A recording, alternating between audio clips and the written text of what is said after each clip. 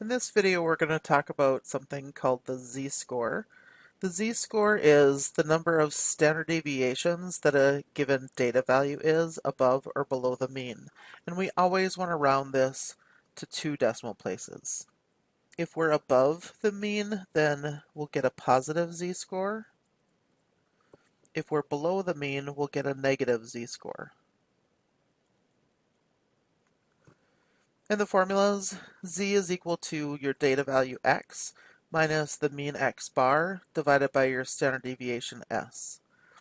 If you're talking about a population, the z-score would be x minus, and this should not be pi, it should be mu, the mean, divided by the standard deviation sigma. So let's take a look at an example. Which of the following data values is most extreme? So in other words, which of the data values has a larger z-score or a z-score that's farther away from the mean?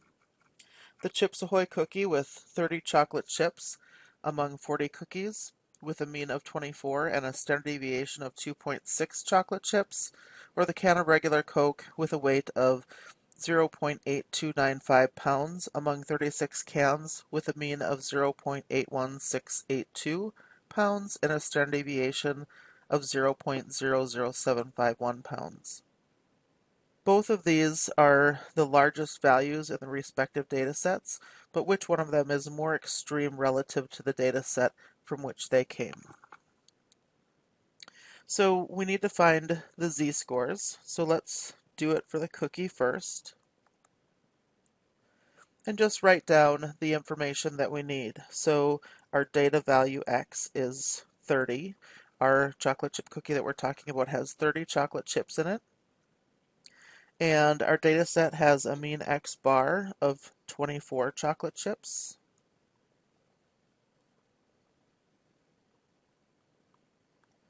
And it has a standard deviation of 2.6 chocolate chips.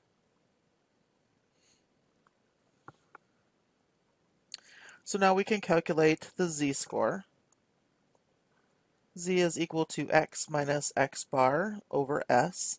And it's always a good idea to write out the formula every time you use a formula. It's just some quick, simple little thing that you could do that will really help you remember formulas a lot better. So now substitute in our values. X is our data value of 30 minus our mean x bar, which is 24, and then divided by our standard deviation s, which is 2.6. So now we will do that computation. So 30 minus 24 is 6, and then divide that by 2.6. And we get 2.307, and 0.7 would round to 3.1. So 2.31 is our z-score for the cookie. Now let's do it for the Coke. And our data value x, the weight of the can of Coke, is 0.8295. Our mean x bar is 0.81682.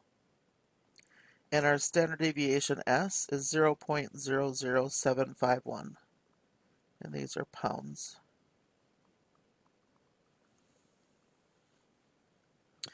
So now we want to calculate z, and again that's x minus x bar divided by s.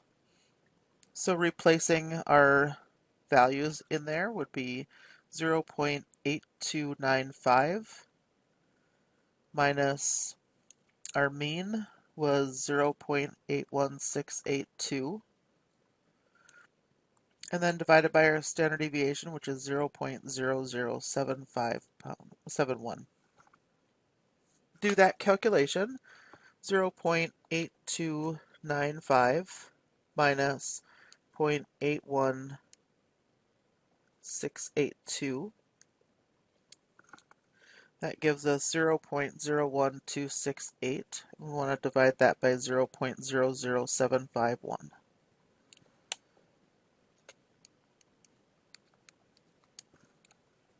And that gives me a z-score of 1.688, so I would round that to 69. The larger z-score is the cookies, and so that tells us that that data value is more extreme than the can of Coke. Okay, so again, remember this is the number of standard deviations that this data value is from the mean.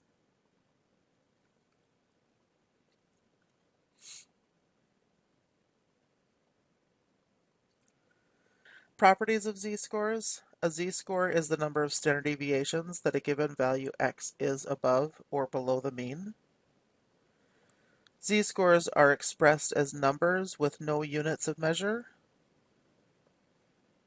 A data value is usual if its z-score is less than -2. Oh, sorry, unusual.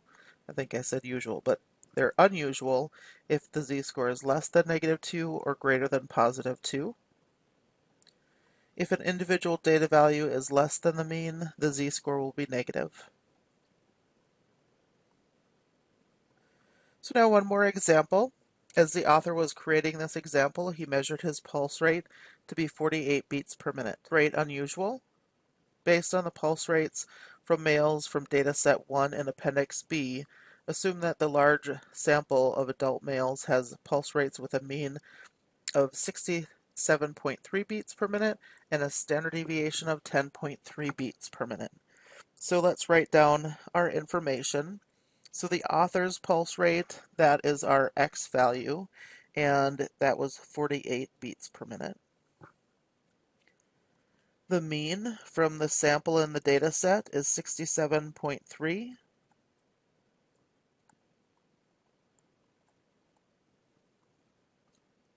And the standard deviation is 10.3. So our z-score, x minus x bar over s, is going to be 48 minus 67.3 divided by 10.3. So computing that, 48 minus 67.3, that's negative 19.3 in the numerator, divided by 10.3. That gives me a z-score of negative 1.873, so we would round that to negative 1.87.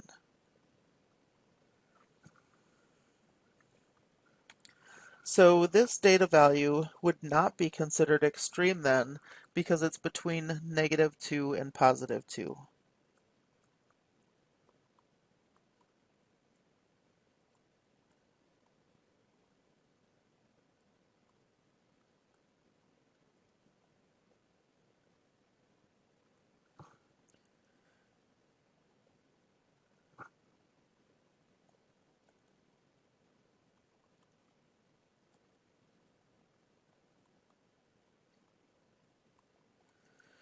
So again, this is not an unusual value, or it's not extreme, because it's between -2 and +2.